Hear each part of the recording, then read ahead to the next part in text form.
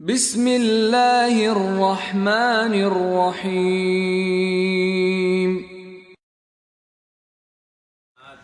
أعوذ بالله من الشيطان الرجيم بسم الله الرحمن الرحيم الحمد لله رب العالمين الحمد لله الذي لا يبلغ مدحته القائلون ولا يحصي نعماءه العادون ولا يعد حقه المجتهدون الذي لا يدركه بعد الحمم ولا يناله غوث الفتن الذي ليس لصفته حد محدود ولا نعت موجود ولا وقت معدود ولا أجل ممدود فترى الخلائق بقدرته ونشر الرياح برحمته اللهم أفز صلة صلواتك وسلامة تسليماتك على أفضل التعينات المفاضة من العماء رباني وآخر التنزلات المضافة إلى نوع الإنسان كان الله ولم يكن معه شيء ثاني محصي لعوالم حضرات الخمس في وجوده وكل شيء أحصيناه في إمام المبين الرسول النبي المكي الخرشي المدني التحامي صاحب لواء الحمد ومقام المحمود أبي القاسم محمد الأمين وعلى أخيه وابن عمه وسحره وخليفته من بعده وقائد الغر المحجلين يعصب الدين إمام المتقين أمير المؤمنين علي بن أبي طالب وعلى ابنته الطاهرة الحوراء العنسية الرابية المرضية الشفية يوم الجزاء فاطمة الزهراء سلام الله عليها اللهم صل على وعلى أهل بيته الطيبين الطاهرين المعصومين المظلومين ولعنة الله على أعدائهم أجمعين من يومنا هذا إلى قيام يوم الدين بسم الله الرحمن الرحيم صلوات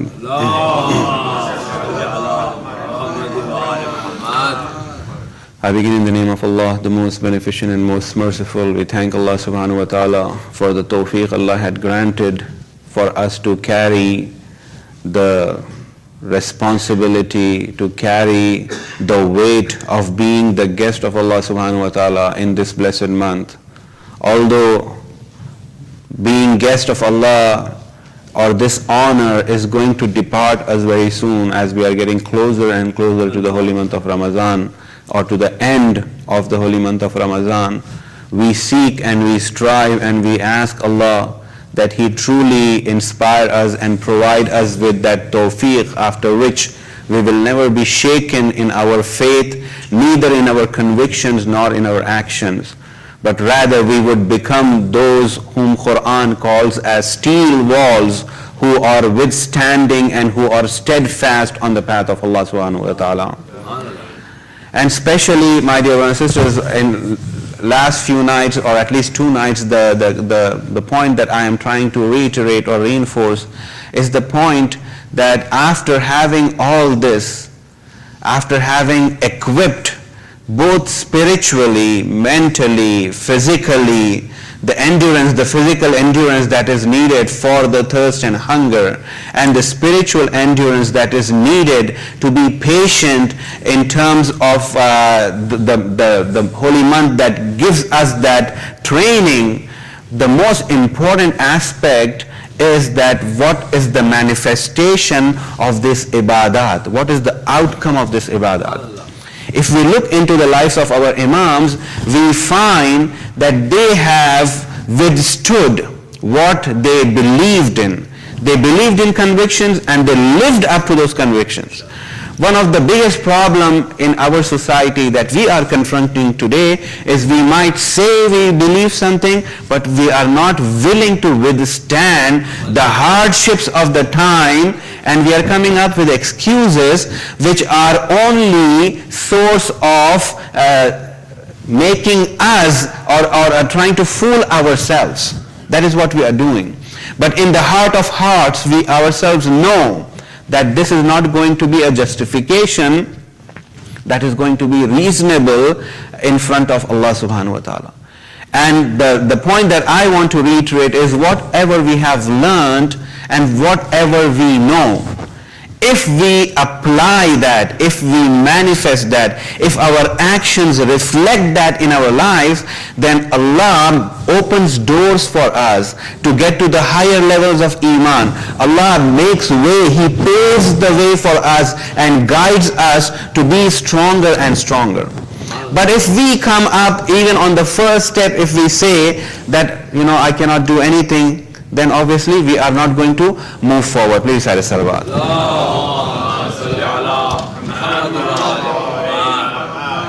Having said all this for so many nights, what I really want to emphasize is that whatever we know, you are all aware Ayatollah Bahjat was one of the greatest scholars of our time who had taught ijtihad for more than 50 years. So people who stood in front of him and studied under him, who were mujtahideen, he taught them for 50 years. So Ayatollah Bahjat was a great arif also, and people would go and ask him, tell us how to get to, irfan ilahi, how to get to khurb ilahi, how to make ourselves worthy of liqa'ullah, and people would go with a lot of sophisticated questions. Ayatollah Bahjat would say, just act upon what you know.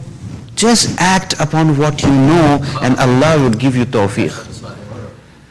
We are looking for something, we are looking for magical results, and we want some magic wand to turn us around into muttaqeen. There is no magic wand. Our own actions are going to lead and decide who we are going to be. If we do not act upon what we know, then we will not be provided with tawfiq. In fact, that tawfiq is going to be taken away. Tawfiq ko salb kar liya jata hai. If we do not act upon the inspiration that was given to us by Allah subhanahu wa ta'ala, Allah had inspired us not because we were worthy of that inspiration and tawfiq, but because of His grace and His compassion and His mercy, Allah gave us that tawfiq, and if we do not take that inspiration and act upon it, then we fall from the grace. So as Allama Tabatabai mentioned, that every breath that we take, either it takes us closer to Allah subhanahu wa ta'ala or away from Allah subhanahu wa ta'ala. The breath that we take is not static. Either it is taking us higher in Iman or bringing us lower in Iman. So we need to decide which side we want to go. We cannot have a plan we cannot anticipate a result of something which we have not cultivated. Ad-dunya mazra'atul akhirah. This world is is cultivated, or the result or the outcome of this world. You bear what you sow. If you sow a plant of apple or a seed of an apple, the result would be an apple. You cannot expect sowing something which is and expect something different from the outcome. It is not going to be different. Whatever we sow, that is what the type of fruit we are going to bear. So these months, especially the holy month of Ramadan, is an opportunity to prepare that ground. Yes, the seed is good, but if the seed is not laid into a soil which is also receptive to growing the seed, obviously the seed is not going to grow. So we need to make sure that the soil is good. If you put this seed under the sand of desert, do you think an apple tree will come out of that? No, an apple tree will not come out of that. You need to ensure that the soil is fertile. If the soil is not fertile, what does the farmer do? He adds fertilizers to the soil so that the soil becomes fertile. If the ground is very, very hard, will the seed be able to grow? No, the ground has to be soft. So the farmer ensures that he plows the fields so that the ground becomes softer. So first we need to prepare that ground. Once we prepare that ground, then and only then, if the seed is put in, it is going to grow. And this is the month in which we prepare the ground. But the whole year that we have is the time for us to nurture and grow. If we could truly prepare ourselves and sow the seed of higher levels of taqwa and iman, then obviously that is what the outcome is going to be. But if you think we shut this thing off, this was one phase of our life, okay, now Ramadan is done, we have gone past Ramadan, now let us move on with our regular life, let us just go on and be doing what we were doing in the past, then obviously the tawfiq that we attain during the blessed month of Ramadan is also taken away, because we don't deserve that, and Allah takes away that tawfiq. So therefore we need to act upon it. And the reason I was giving you examples of the Imam was how he acted upon the convictions. The Imam is in pain, he has been stricken by an enemy of Allah, and he does not hurry to go off and kill that person. He says, I am still alive. If I survive, then my blood could be revenged by me. And it is up to me whether I make a strike back to him or I forgive him, although forgiveness would lead me to get closer to Allah subhanahu wa ta'ala. So the Imam is acting upon the convictions that he believed regardless of the state in which he is. As far as we are concerned, we are here in the masjid, in the Islamic center, we are very, very pious. The moment we hang out with our friends, our secular friends, we try to act like them, be like them, so that we are in this inferiority complex that if we don't do it, they are going to discriminate us in some way. Or we try to go, when we are with our employers, we try to act like we are just like any other people, there is no difference. No, there is a difference. If you don't know, you don't differ, they know. They know. In fact, especially those who are our co-workers, they respect, especially what I have myself experienced. But even the enemies know. Sometimes we feel that our enemies do not know what we are planning. So if we could have some kind of a cover, we will be able to move on and there will be wide acceptance. That is not the case. You will not, if somebody has, grudge against Islam, there's not much you can do to him.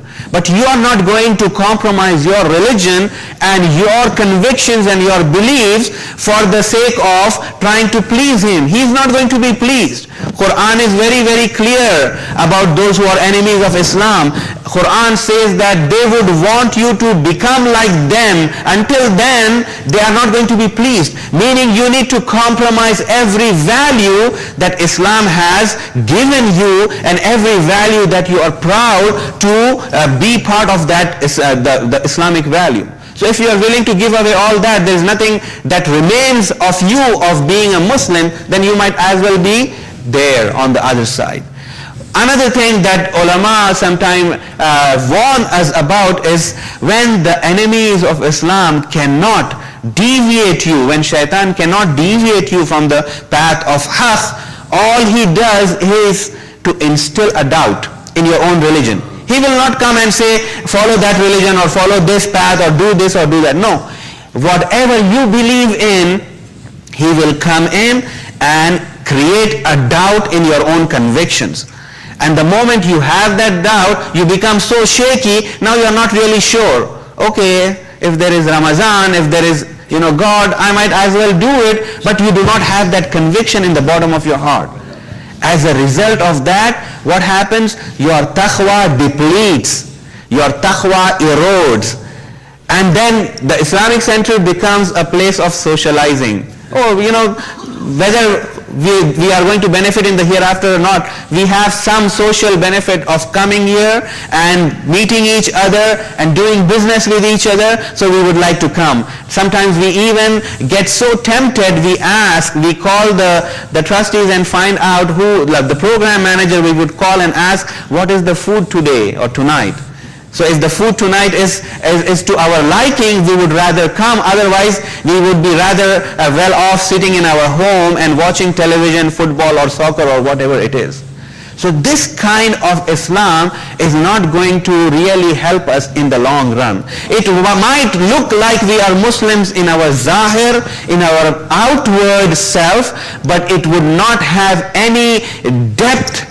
It would not have any passion for being abiding citizen of Islam. And as a result of that, when we do not have something, we will not be able to give it to our children.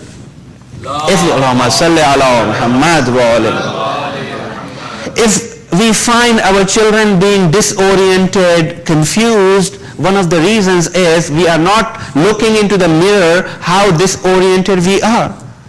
We ourselves sometimes fail or shy away. Even if we believe in something, we are shying away, and then we justify, this is not Pakistan, India, third world country, this is America, we have to live like this, otherwise this happens, that happens. Nothing happens.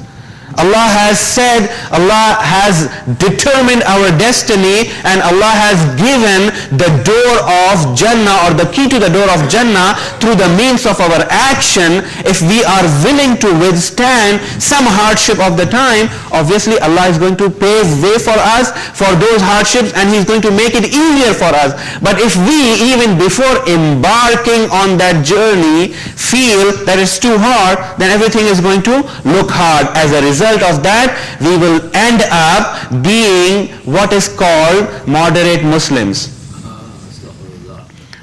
And how I define moderate Muslims is, now sometimes people in discussion say, no, we are very moderate Muslims. Moderate Muslims means believing but not practicing. That is what moderate Muslim Islam is about. Ji haan.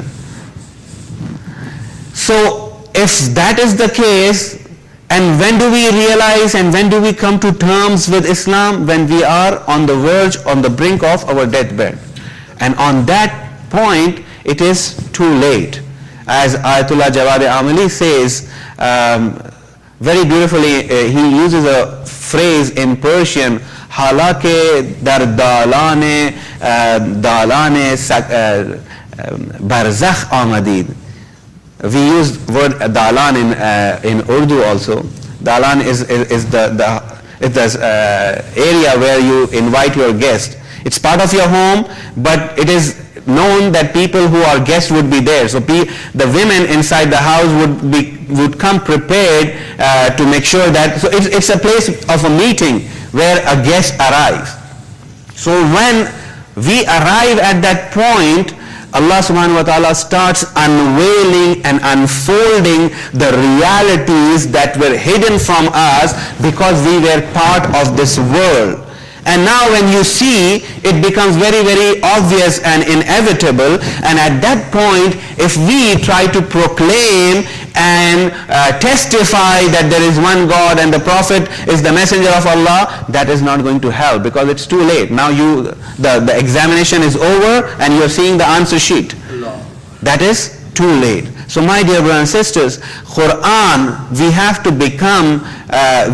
to manifest the teachings of Quran to such an extent that people would identify Quran with us. Those who were the Shias of Imam Hussein alayhi salam in Kufa, they were identified. History says when Muslim ibn Awsaja was sitting in the masjid, the spy who was sent by Ibn Ziyad could identify that he is the Shia of Amirul Mu'mineen. And he approaches him and he says that I need to go to Muslim ibn Aqil and I want to pay allegiance. When he had a criminal plan behind it, he actually wanted to infiltrate the ranks of Muslim ibn Aqil to break in and know who is there and who is supporting this movement that is coming about in the city of Kufa. And when Muslim ibn Awsaja asks him, how do you know that I am even the follower of Amir al-Mu'mineen? And he says, it shows on your face. The taqwa shows on your face. Nobody has to say. So there is no need for words. Our actions would speak. So what we really need to do is make a plan, or at least have some sort of, like we have New Year resolutions, although we know we do not ever live up to those resolutions, but have some resolutions in the holy month of Ramadan. Reflect and do a muhasaba, take an account of our actions and see what are the things which are away from what Allah wants me to do. And you do not have to change everything overnight. All you have to do is make one resolution, promise one thing to yourself that you are going to make it different, and live up to it. Live up to it, and you will find Allah would provide more help, and more easily you will be able to confront things you thought in the past that were very, very difficult. Please,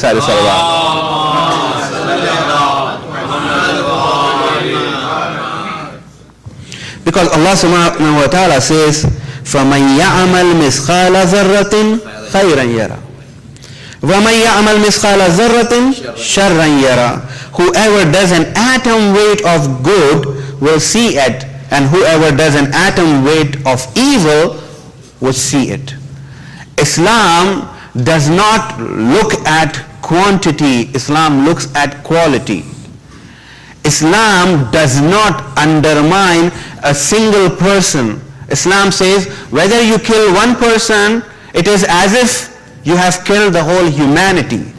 Islam takes into account life of each and every soul and each and every person. Islam does not want even a single person to slip from the cracks and fall into deviation. For Islam, every believer, every human being is worthy of attaining the station of Khalifatullah if he truly lives up to the potential that Allah subhanahu wa ta'ala has placed in him. He has the capacity, he has the ability. We would not say that this wall does not have an ability to see. It doesn't have the potential to see. A person who lost his eyesight in an accident, he has an ability. If a donor is found and given, then he could again see.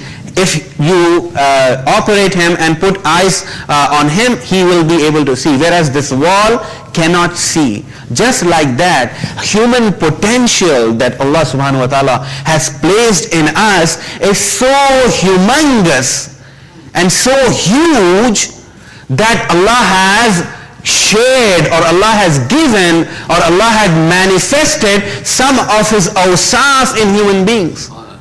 And if those awsafs are lived up to, if that potential is utilized, then this human being, as ulama say, could ascend to heights where Allah subhanahu wa ta'ala declares, Qaba Qawsayn aw adna, my messenger had attained such a height in heavens that the distance between him and me was of the size of 2 bows, or maybe even lesser than that. But if the human potential is not utilized, then a person falls from grace to such an extent that Allah subhanahu wa ta'ala uses a parable of kal anam balhum azal. He says they are like animals, or no, even worse than animals. That is where the human being can fall into. So the holy month of Ramadan, my dear brothers and sisters, is the month in which we really need to make those resolutions, make those determinations. What am I lacking? And start working one at a time. And if we truly do it, and then look for the coming year, we evaluate ourselves and see if we have attained, or if we have overcome, if we have dominated that weakness that we had in the past, and now we are not having that weakness, we would find ourselves into a different level or a different realm of iman. And Allah subhanahu wa ta'ala promises those who are coming to Him, He says, if you walk towards me, I will come hastening towards you. And Allah subhanahu wa ta'ala does that. And inshallah, we all ask Allah subhanahu wa ta'ala that these teachings of Ahlul Bayt alayhi salatu wasalam, which are based on Quran, are actualized in our actions, not only in the month of Ramadan, but also after the month of Ramadan. The great actualization of Quran that we have seen, that no man has ever seen or heard, is Imam Hussein alayhi salam. We find Imam Hussein alayhi salam reciting Quran when his head was severed from his body and it was raised on spears, and his head was being led along with his family from the streets of Kufa and Sham. We find Imam Hussein had not abandoned Quran even at that time. We find Imam Hussein reciting Holy Quran. And if we are truly followers of Ahlul Bayt alayhi salatu wasalam and Imam Hussein alayhi salam, then we need to have that spirit and that passion to adhere to the teachings of Quran and the teachings of the path of Rasulullah sallallahu alayhi wa alihi wasallam. We ask Allah subhanahu wa ta'ala that He inspire us and help us in the remainder of the time that is left of us being the guest of Allah subhanahu wa ta'ala, to inspire us to attain the quality of taqwa, and inspire us to be steadfast if He has given us that quality of taqwa for the whole year. We ask Allah subhanahu wa ta'ala. امام حسین، ہم دیکھتے ہیں عزیزوں کہ امام کی شہادت واقع ہو جاتی ہے، لیکن امام نے قرآن کو ترک نہیں کیا. اہل بیت امام اپنی آخری رخصت کے لیے شہزادی کے پاس آتے ہیں، شریکت الحسین زینب کے پاس آتے ہیں، اور جو تلقین کر رہے ہیں، جو نصیحت کر رہے ہیں، اس میں امام حسین فرماتے ہیں بہن مجھے اپنی نماز شب میں بھولنا نہیں بہن. یہ حسین وہ ہے جو رسول کا نواسا ہے، جس کے لیے جنت کی بشارت پیغمبر دے کر جا چکے ہیں، بلکہ صرف جنت کی بشارت نہیں، سردار جوان جنت کہا ہے پیغمبر نے. اس کے باوجود بھی اطاعت پروردگار میں کتنے مصروف ہیں حسین، کتنے مشغول ہیں، یہاں تک کہ وہ آخری سجدہ جو آپ سب جانتے ہیں حسین کا کیسا عظیم سجدہ تھا.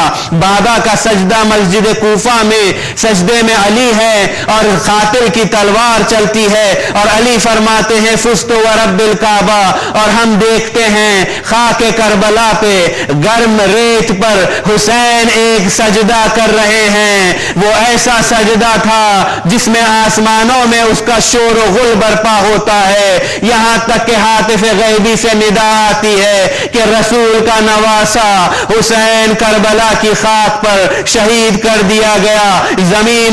زمین خون اگلنے لگتی ہے، آندھیاں چلنے لگتی ہے. ایک مرتبہ سید سجاد کو زینب بیدار کرتی ہے، سید سجاد موسم بہت عجیب ہے، سید سجاد میرے بھائی کی خیر ہو سید سجاد. ایک مرتبہ غصے سے سید سجاد بیدار ہوتے ہیں اور کھڑے ہو کر السلام علیکہ یا ابا عبداللہ، پھوپھی اماں میرے بابا قتل کر دیے گئے، وہ سر ہے میرے بابا کا نوک نیزہ.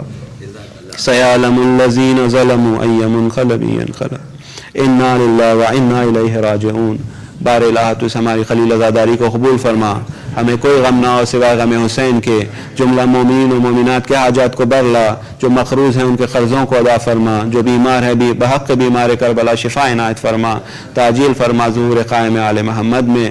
ہم سب کو ان کے ناصروں میں شمار فرما، جہاں جہاں مومنین بستے ہیں ان کی جان و مال و آبرو کی حفاظت فرما، ہمارا خاتمہ بخیر ہو. ایک سورہ فاتحہ تمام مرحومین کی ارواح کے لیے جو یہاں پر تشریف فرما ہیں، ان کے مرحومین اور خصوصاً آج کے اسپانسرز کے مرحومین وقار النساء بیگم، میر زامن علی خان، میر مہدی علی، امیر النساء بیگم، آغا مرزا محمد مہدی، سراج النساء بیگم، نفیسہ رضا خان، رفعت النساء بیگم، سید وقار حسین موسوی، سید فرخ شبیر اور تمام مومنین، حیدری بیگم، ان سب کی روح کے لیے شاطر. بسم اللہ الرحمن الرحیم صراط المستقیم صراط الذین. بسم اللہ الرحمن الرحیم.